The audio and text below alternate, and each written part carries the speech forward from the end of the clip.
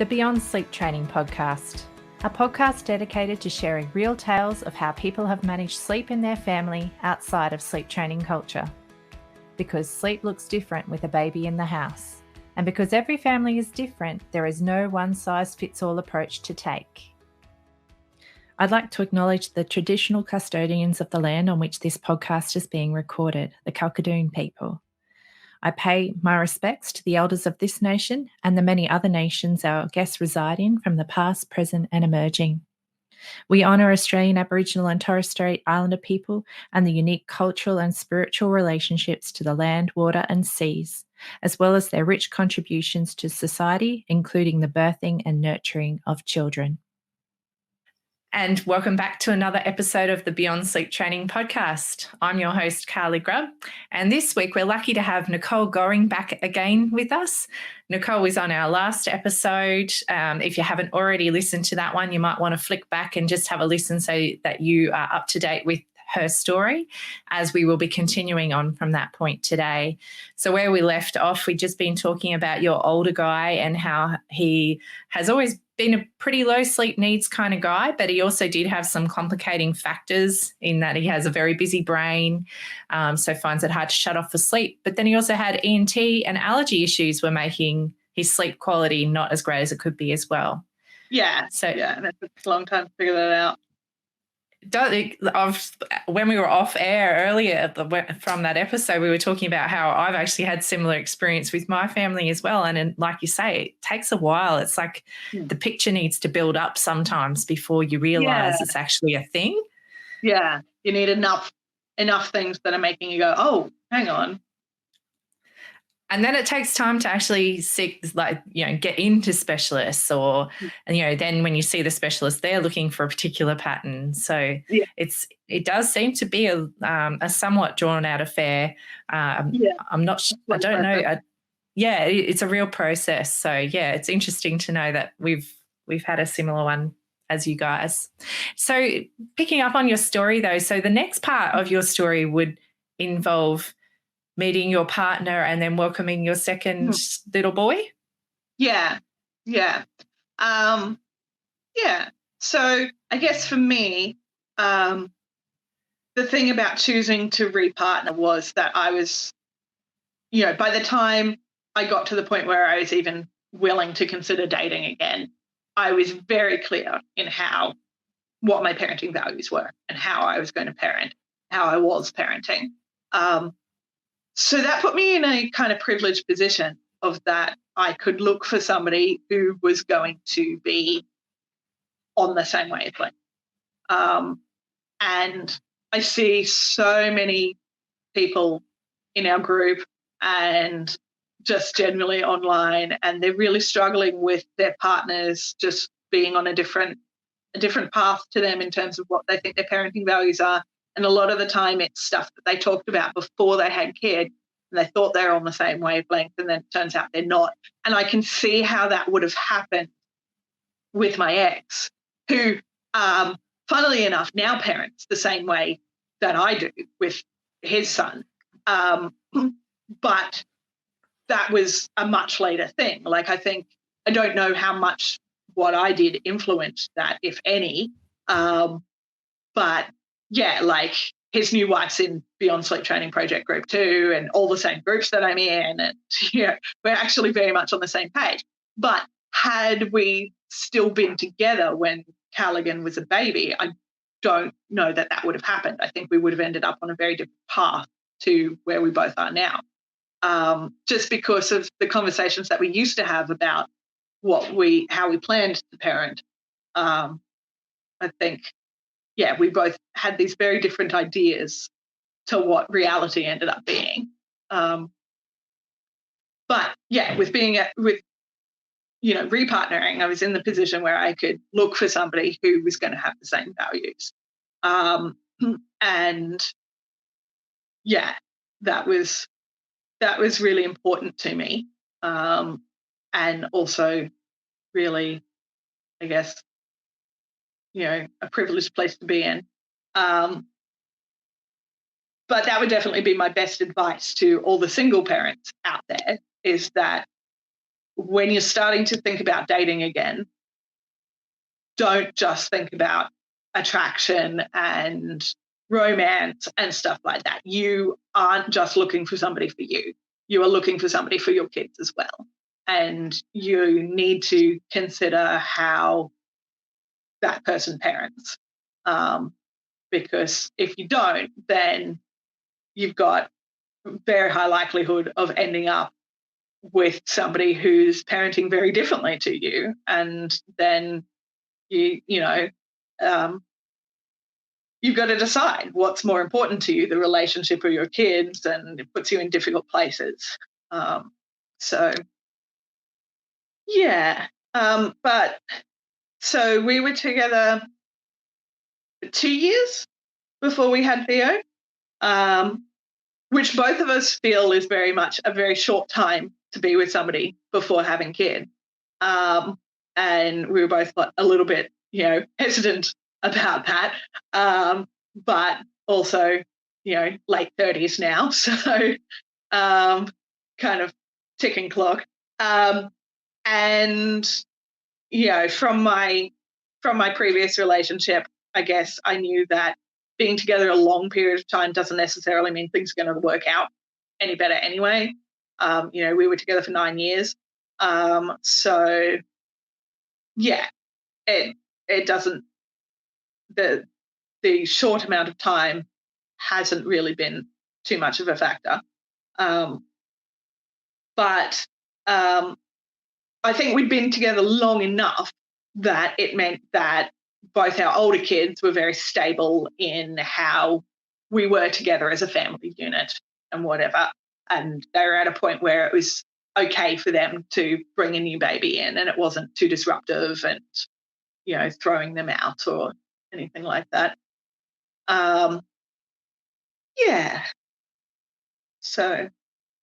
And so once Babe came along, had you, what kind of conversations had you had with your new partner in preparation for that 4th trimester that was coming at you for a second time? Okay, so there's what I wanted my 4th trimester to be, and then there's what my 4th trimester actually was, and that was entirely on me because I started a new business. So. Whoa. Great timing, Nicole. Yeah, well, so I was doing the government's, it's called the NICE program. That it's basically this program where they help you to, help people start new businesses. And I had just finished the training for that and just started on the program, which gives you like a year of income support to help you launch your business. When I found out that I was pregnant. And so I was like, oh, I just kind of have to make this work now. So, and then, so it was very much different to what I anticipated because I'd always been like, okay, next baby, I'm having a proper 4th trimester, the 40 days, not really leaving the house, having people bring me food, getting looked after and pampered and stuff. And Drew was all on board for that too. And he took 3 months paternity leave. Ended up being about 4 months because it ran into Christmas holidays. But then, in reality, I was actually working three days a week, on my feet all day, teaching kids. So, yes, it wasn't what I anticipated. Wow. And so how did that go in terms of both your recovery and getting to know your babe? How did that look in reality? Yeah. Okay. So he actually was preemie. He was born at 34 weeks. So it ended up in a way being better that he was preemie. Like he wasn't preemie enough to really need to be in NICU for a long time or anything. He was in special care for 10 days. Because it meant that we'd had that Christmas holiday period, 6 weeks or so to get to know him and recover and whatever before I had to go back to work. Whereas he was actually due the week school started. So Yeah. Wow. But that sounds No, almost like it but was a bit lucky in a way. yeah, in a way. Oh, And I mean, my plan had been, I had hired somebody to be, to cover for me. That I was planning on not teaching that whole first term. But it ended up being that we found that with the number of kids that we had in the space that we had that doesn't have fences and stuff, that we needed 3 people for that ratio. And so I ended up working a lot more than I anticipated. But yeah, wearing bub all day. I was going to say, where was Babe? How did that look? Yeah. So, I mean, because Drew was on parental leave, he came with me as well. And my mum works for me. So she was staying over at that point in time. She would stay over so that she'd be here to help with dinner and getting the kids ready and out the door in the morning as well. And yeah, just wore him most of the day. And then trading back and forth with Drew when he wasn't hungry. And he would be there with me at work too. So yeah, it went all right. It wasn't as taxing as I thought it was going to be. But I couldn't have done it without Drew being on parental leave. And my mum. So it sounds like a real team effort. Yeah, it was definitely a team effort. And the kids have always been very much, oh my God, can we hold the baby? Can we hold the baby? Can we hold the baby all the time? So, and the other parents. So there was always plenty of people to pass around a baby to when he was still happy to just go to anyone. So it was a bit of a village for you and your baby in a way. Yeah. And it still is, like, it's good because he has all these older kids who he gets to play with, and they play with him, and they do cute things like trying to make him. One day this group of like 8-year-old boys tried to make him a playpen. It was the most unsafe thing ever, but it was so cute how they tried to go about doing it, trying to make this safe space for him with all of these pillows and stuff. He was only like 5 months at the time, so he couldn't hold his head up and sit properly yet. But I thought they were doing the right thing by setting up this safe area for him. That's so sweet. Yeah. So lots of things like that. And then my other teacher, she has a baby who's about a year older than Theo, and she often comes to work as well. So it was both of us with our babies in the carriers, and just, yeah. And so how did sleep look for the family then? So by day, Babe was in the carrier for most sleeps? Yes. Yeah. And then what was going on in the night? Like, what kind of sleep things were going on with this babe? So he is so much more chilled with sleep than Callaghan.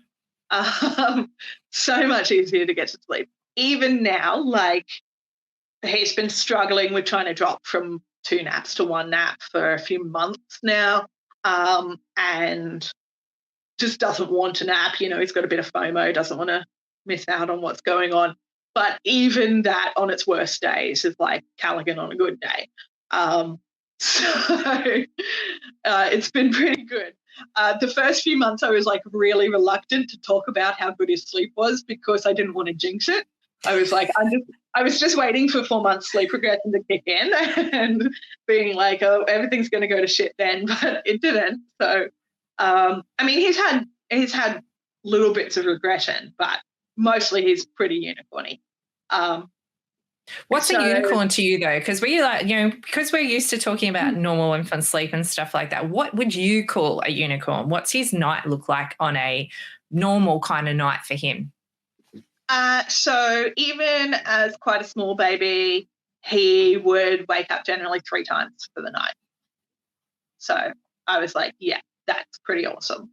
And by 3 months, definitely, we were sideline sleeping for all of that. And so I didn't have to get up at all. And yeah, he would go to sleep fairly easily, and then he would sleep for 4 or so hours and then wake up. And so just a quick bit of boob and back to sleep generally for him? Yeah. And so as far as you feeling rested, by and large felt fantastic, fine? Yeah. Or, yeah. By 3 months, I was fine. Those first few weeks was difficult, just in terms of how sleep deprived you were. It had been a long time since I'd had a newborn, so just remembering how much you were waking up. But again, in having had him been in NICU for 10 days, that meant that for those first 10 days, I had a full night's sleep once I managed to get to sleep. So I had that, a bit of a reserve built up there that then managed to get me through the next few weeks until we worked out the sideline sleeping and everything. And that can be a bit of a process too. Did you have to try a couple of techniques, or was it only once you got a bit older and stronger that you guys could get in position, or how did you guys figure it out? It was mostly just being older and stronger. Because with Premi, his suck coordination wasn't great to begin with. We were on nipple shields for a few weeks. And he had a tongue tie. He had a really obvious tongue tie. Like as soon as he was born, you could see it because it was fused right at the very front. So once that was fixed and once he was just a bit older, then sideline sleeping wasn't too bad. And so in the early days, being prem bub as well, from a safer sleep perspective, I think, was it this episode? It might have been the first episode with you. You mentioned your setup. You had a sidecar so that you could have him in his own space. So we have a sidecar. So we had a sidecar bassinet to begin with. Because it was prem, Drew hadn't actually finished fixing our cot. So he'd originally planned to just build a sidecar from scratch, and then ended up buying a cot secondhand and converting it to a sidecar. But we had a bassinet to begin with that was lent to us because he was early, so we weren't ready yet. But that was a sidecar bassinet. And then, so baby on one side, then me, then Drew, then Callaghan on the other side. And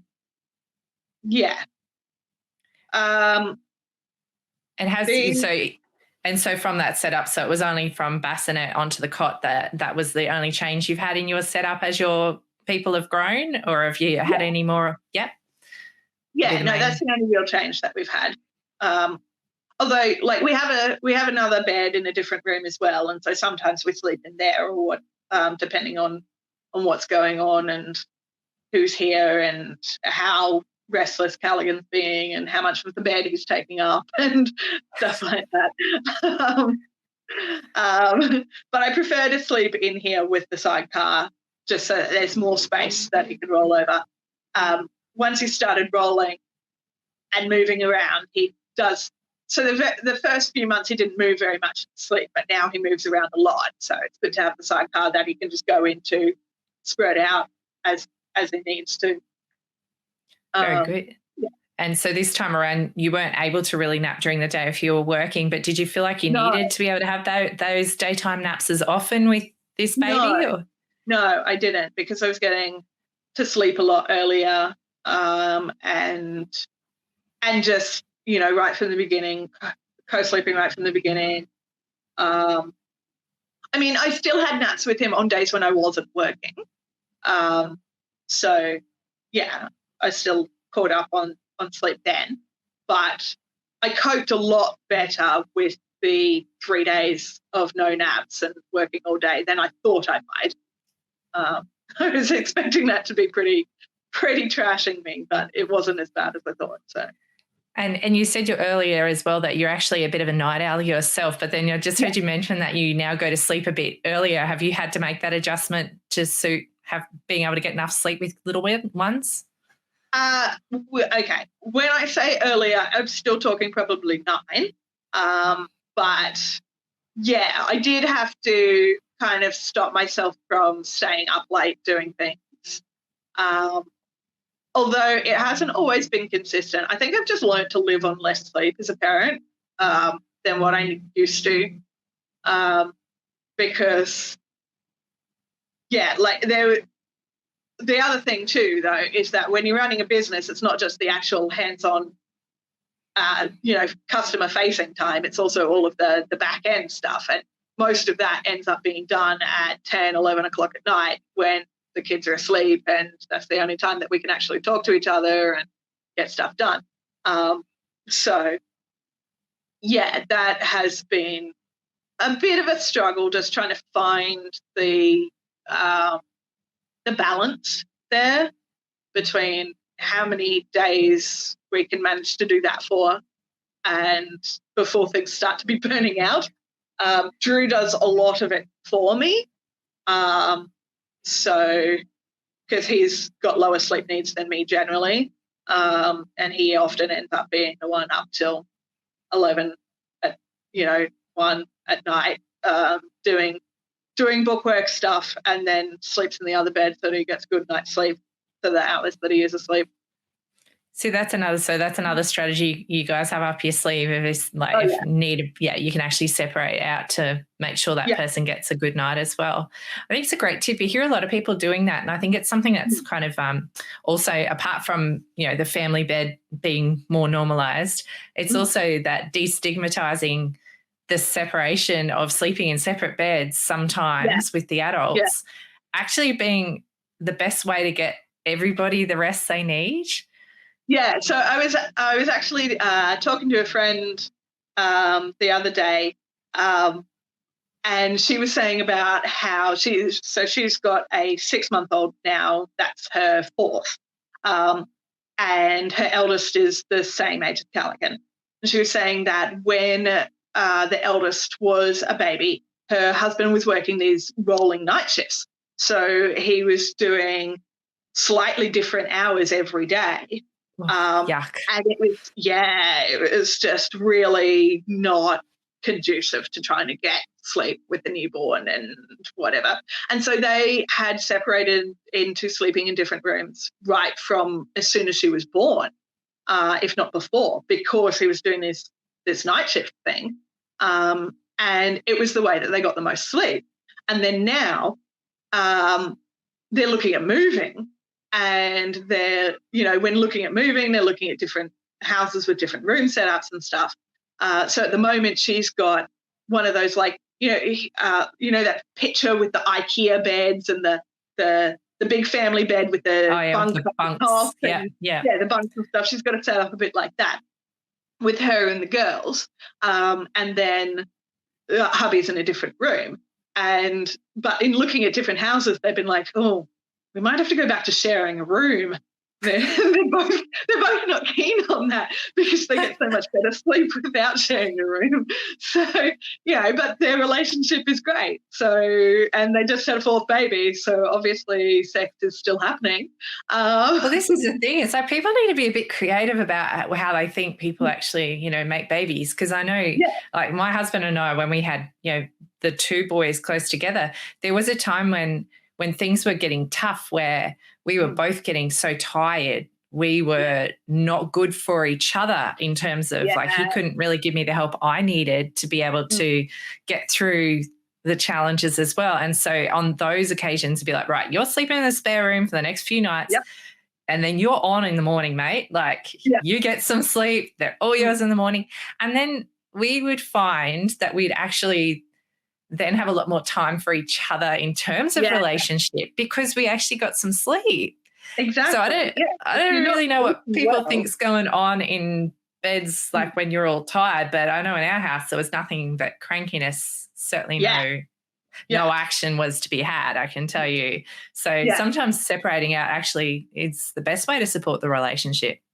Yeah, so we will often do like kind of swapping throughout the night a little bit. Like if I'm feeling touched out or just cranky because the Callaghan wouldn't get to sleep and it, triggers me a bit still, a lot still. So then once he's finally asleep, I'll go in and sleep in the other room for a couple of hours, and Drew will sleep with the boys. And then when Theo wakes up for a feed, then we'll swap. And tag out.